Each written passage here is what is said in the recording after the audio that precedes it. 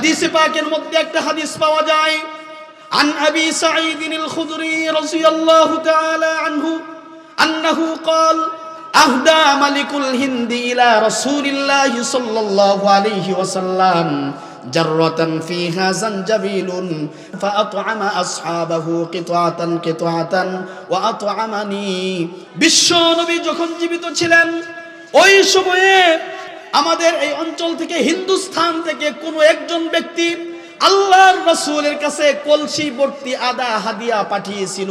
হিন্দুস্তান থেকে কে ওই সময়ে বিশ্ব নবীজির কাছে কলসি ভর্তি আদা হাদিয়া পাঠিয়েছিল? খোঁজাখুঁজি করে পাওয়া গেছে কিতাবুস সিন্ধি ওয়াল হিন্দি।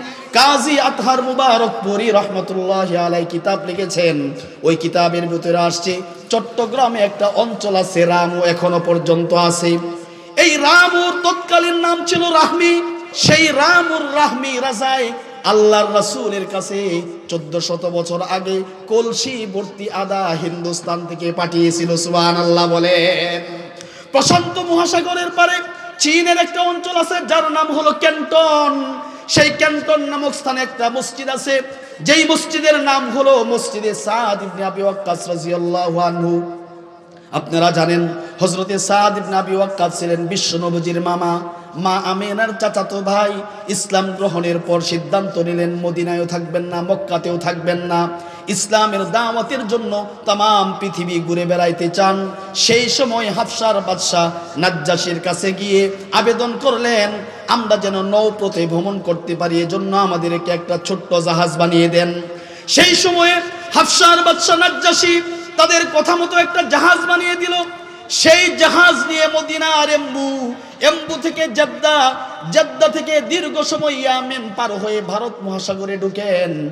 এরপর সেখান থেকে উত্তর দিকে জাহাজ চালিয়ে ভারতের পশ্চিম দিকে একটা জায়গার নাম হলো কেরালা।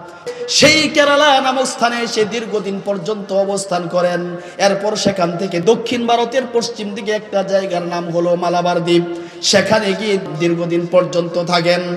বন্ধুরা আমার, এরপর সেখান থেকে তিনি পূর্ব দিকে আসতে আসতে চলে যান শ্রীলঙ্কায়। শ্রীলঙ্কায় একটা জায়গার নাম হলো হাম্মানটোটা। সেখানে বড় একটা জাহাজ নগর, সেই জায়গায় গিয়ে দীর্ঘদিন পর্যন্ত অবস্থান করেন। এরপর পূর্ব দিকে আসতে আসতে চট্টগ্রামের একটা জায়গার নাম হলো শিকলবাহার। সেখানে গিয়ে তিনি দীর্ঘদিন পর্যন্ত অবস্থান করেন। এরপর সেখান থেকে কর্ণফুলী নদী দিয়ে রওনা করে বার্মাতে চলে যান। বার্মার একটা জায়গার নাম হলো রেঙ্গুন। সেই জায়গায় দীর্ঘদিন পর্যন্ত অবস্থান করেন। এরপর সেখান থেকে তিনি রওনা করে সেই ক্যান্টন নামক স্থানে চলে যান। এরপর সেখানেই তার মৃত্যু হয়। কারো কারো মতে হযরত সাদ ইবনে আবি ওয়াক্কাস রাদিয়াল্লাহু তাআলা আনহুর কবর হলো সেই চীনের ক্যান্টন নামক স্থানে, এখনো পর্যন্ত আছে। সুবহানাল্লাহ বলেন।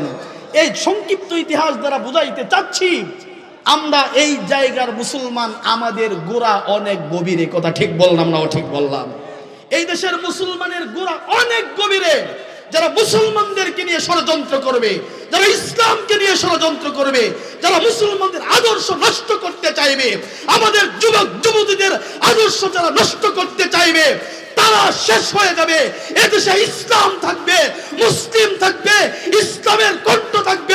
কেউ নষ্ট করতে পারবে না, কেউ নষ্ট করতে পারবে না।